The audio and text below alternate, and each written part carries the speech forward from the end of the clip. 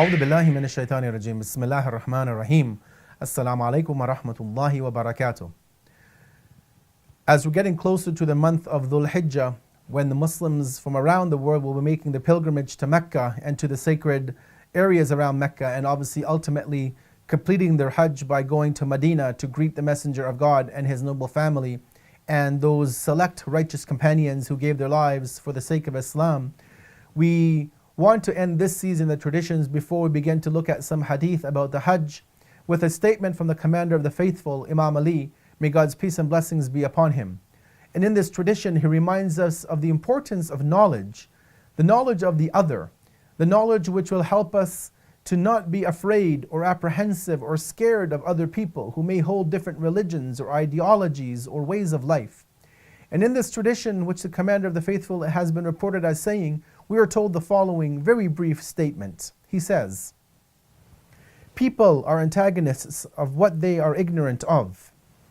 In this very short hadith saying of only 4 words, the commander speaks volumes of a human problem, a human condition in which we become the enemies, the antagonists. We are in opposition to that which we don't know about.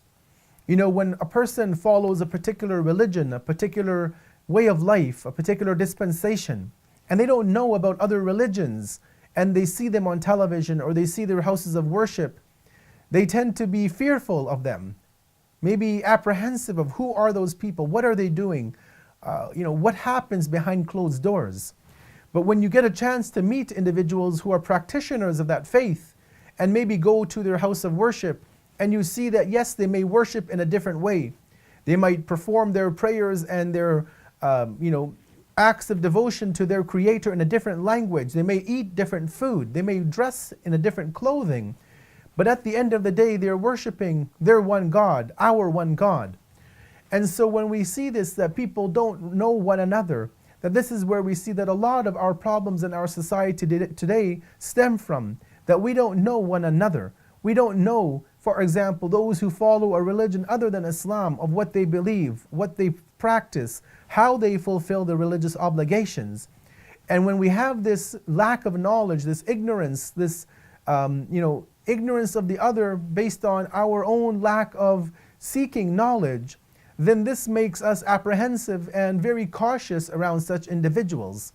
However, were we to at least experience and learn about their way of life and their tradition and what they do, then we may not accept it. We may not obviously convert and follow their methodology of life, but we will be in a better appreciation of who they are as human beings. And we may not see eye to eye with them at the level of religious identity, but we can accept them and we understand who they are and what they follow and what they practice. And this is obviously just one example in terms of the religious realm. We can also look at such traditions in many other aspects of life. But suffice it to mention, as the commander of the faithful has been reported as saying in this tradition, that when we are ignorant of something, we become the enemy of that thing. Whether it be our neighbor who looks different than us, whether it be a religious center that worships differently than us, whatever the case may be, whether it be at a level of race, of religion, of language, all of these incidental characteristics that God has given to you and I, not for us to be hating one another, but rather to know one another, as the Quran tells us that we have been created into nations and tribes and colors and languages, so that we may become aware and know one another. And through our knowledge of one another, we can also know our Creator and the beauty of the diversity that He has given us on this earth.